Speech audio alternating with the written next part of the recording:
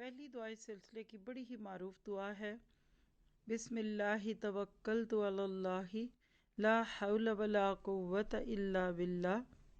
میں اس گھر سے اللہ کے نام کے ساتھ نکل رہی ہوں یا نکل رہا ہوں۔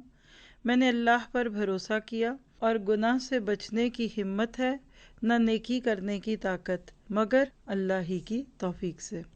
ابو داؤد کی روایت ہے 5095۔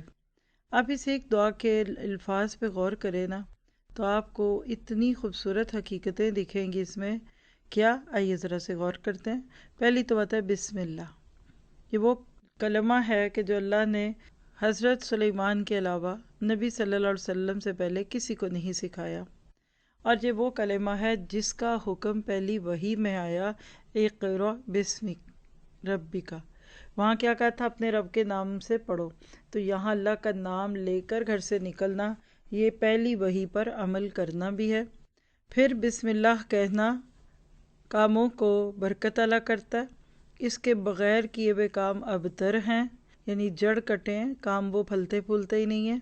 تو جب آپ گھر سے نکلتے وقت جس کام سے بھی جا رہے ہیں، اگر بسم اللہ کہہ کر یہ نیت کرتے ہیں کہ اللہ جس کام کے لیے جا رہی ہوں اس میں برکت دینا، تو آپ دیکھیں گے کہ اس میں خیر آ جائے گی۔ اور پھر اگر کسی غلط ارادے سے نکل رہے ہیں تو پھر قدم رک بھی تو جائیں گے۔ کوئی یہ تو نہیں کہہ سکتا کہ بسم اللہ ہی چوری کرنے جاتا ہوں، بسم اللہ ہی کسی سے لڑائی کرنے جاتی ہوں، نہیں۔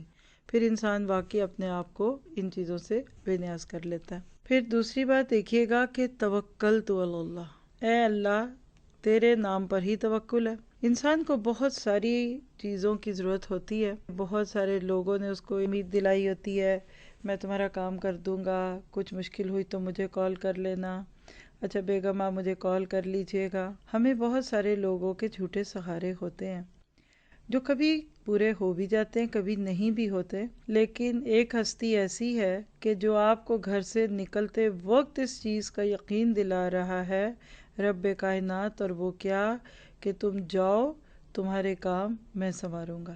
اور جب آپ اس راستے میں نکلتے ہیں توکل اللہ پہ ہے، اور ساتھ ہی آپ کہتے ہیں کہ لا حول ولا قوت الا باللہ، گناہ سے بچنے کی ہمت، نہ نیکی کرنے کی طاقت مگر اللہ ہی کی توفیق سے۔ یعنی اب باہر جا رہی ہوں، یا تو کوئی نیکی کروں گی یا پھر کوئی گناہ ہو سکتا ہے، تو اس سے بچنا یہ اللہ ہی کے ہاتھ میں ہے، مجھے بچانا۔ جب انسان گھر سے نکلتے وقت یہ دعا مانگتا ہے تو حدیث کے مطابق فرشتہ اس کا جواب دیتا ہے، ہدیتا و کفیتا و بقیتا، و ہدیتا ہدایت دیا گیا، و کفیتا تیری کفایت کی گئی، و بقیتا وقا سے تجھے بچا لیا گیا۔ آپ کو مجھے نہیں آتی آواز، لیکن ہمارا ایمان ہے کہ اگر اللہ کے نبی نے یہ کہا ہے تو پھر ایسا ہی ہوتا ہے۔ اب جس کو فرشتے کی دعا لگ جائے، مجھے بتائیے کیا پھر اس کے کام ہوں گے کہ نہیں؟ کیوں کبھی کسی کے کام تو فوراً ہو جائیں اور ہمارے ہو ہی نہ؟ سوچنے کی بات ہے۔ اس کی وجہ یہ ہے کہ ہمارا اللہ تعالیٰ پر توکل نہیں ہوتا، ہم اس کو بہترین طریقے سے نہیں لیتے۔ تو آپ یہ دعا یاد کر کے آپ نے انشاءاللہ عادت بنانی ہے، اس دعا کے بغیر گھر سے نہیں نکلنا۔